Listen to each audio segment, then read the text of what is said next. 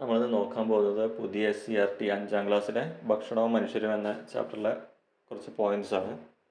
മനുഷ്യരോട് ആദ്യം ഇണങ്ങിയതും മനുഷ്യർ ആദ്യം ഇണക്കി വളർത്തിയതുമായ മൃഗമാണ് നായ.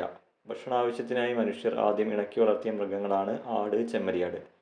മനുഷ്യർ ആദ്യം കൃഷി ചെയ്ത വിളകളാണ് ഗോതമ്പ്, ബാർലി, ചാമ, കിഴങ്ങുവർഗ്ഗങ്ങൾ. മനുഷ്യൻ്റെ ആദ്യകാല കാർഷികോപകരണങ്ങളാണ് കമ്പ്, കല്ല്, കൊമ്പ്, എല്ല്. മനുഷ്യരോട് ആദ്യം ഇണങ്ങിയതും മനുഷ്യർ ആദ്യം ഇണക്കി വളർത്തിയതുമായ മൃഗം നായ. ഭക്ഷണാവശ്യത്തിനായി മനുഷ്യർ ആദ്യം ഇണക്കി വളർത്തിയ മൃഗങ്ങൾ ആട്, ചെമ്മരിയാട്. മനുഷ്യർ ആദ്യം കൃഷി ചെയ്ത വിളകളാണ് ഗോതമ്പ്, ബാർലി, ചാമ, കിഴങ്ങുവർഗ്ഗങ്ങൾ. മനുഷ്യൻ്റെ ആദ്യകാല കാർഷികോപകരണങ്ങൾ കമ്പ്, കല്ല്, കൊമ്പ്, എല്ല്. സാധനങ്ങൾക്ക് പകരം സാധനങ്ങൾ പരസ്പരം കൈമാറ്റം ചെയ്തിരുന്ന രീതിയാണ് ബാർട്ടർ സമ്പ്രദായം. ഇന്ത്യയുമായി വ്യാപാരബന്ധമുണ്ടായിരുന്ന വിദേശികളാണ് റോമക്കാർ, ചൈനക്കാർ, അറബികൾ, പേർഷ്യക്കാർ, ജൂതർ. ഇന്ത്യയിൽ നിന്ന് പ്രധാനമായും കയറ്റുമതി ചെയ്തിരുന്ന സുഗന്ധവ്യഞ്ജനങ്ങളാണ് കുരുമുളക്, ഏലം, ഇഞ്ചി, ഗ്രാമ്പു, കറുവപ്പട്ട. സാധനങ്ങൾക്ക് പകരം സാധനങ്ങൾ കൈമാറ്റം ചെയ്യുന്ന രീതിക്ക് പറയുന്നതാണ് ബാർട്ടർ സമ്പ്രദായം. ഇന്ത്യയുമായി വ്യാപാരബന്ധമുണ്ടായിരുന്ന വിദേശികൾ ഏതൊക്കെയാണ്? റോമാക്കാർ, ചൈനക്കാർ, അറബികൾ, പേർഷ്യക്കാർ, ജൂതർ. ഇന്ത്യയിൽ നിന്ന് പ്രധാനമായും കയറ്റുമതി ചെയ്തിരുന്ന സുഗന്ധവ്യഞ്ജനങ്ങൾ ഓർത്തു വെക്കുക: കുരുമുളക്, ഏലം, ഇഞ്ചി, ഗ്രാമ്പു, കറുവപ്പട്ട.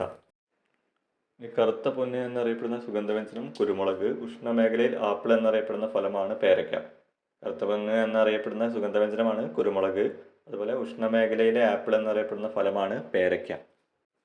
ഇനി ദൈനംദിന ആവശ്യം കഴിഞ്ഞ് ബാക്കി ഭക്ഷണ വസ്തുക്കൾ സൂക്ഷിക്കാൻ ഉപയോഗിച്ചിരുന്ന വസ്തുക്കളാണ് മൺപാത്രങ്ങൾ, മൃഗത്തോൽ കൊണ്ട് നിർമ്മിച്ച സഞ്ചികൾ, ഈറ കൊണ്ട് നിർമ്മിച്ച കുട്ടകൾ. ഇഷ്ടിക കൊണ്ട് നിർമ്മിച്ച ധാന്യപ്പുര ഏതു നദീതട സംസ്കാരത്തിൻ്റെ പ്രത്യേകതയായിരുന്നു?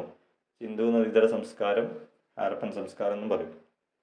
ദൈനംദിന ആവശ്യം കഴിഞ്ഞ് ബാക്കി ഭക്ഷണ വസ്തുക്കൾ സൂക്ഷിക്കാൻ ഉപയോഗിച്ചിരുന്ന വസ്തുക്കളാണ് മൺപാത്രങ്ങൾ, മൃഗത്തോൽ കൊണ്ട് നിർമ്മിച്ച സഞ്ചികൾ, ഈറ കൊണ്ട് നിർമ്മിച്ച കുട്ടകൾ.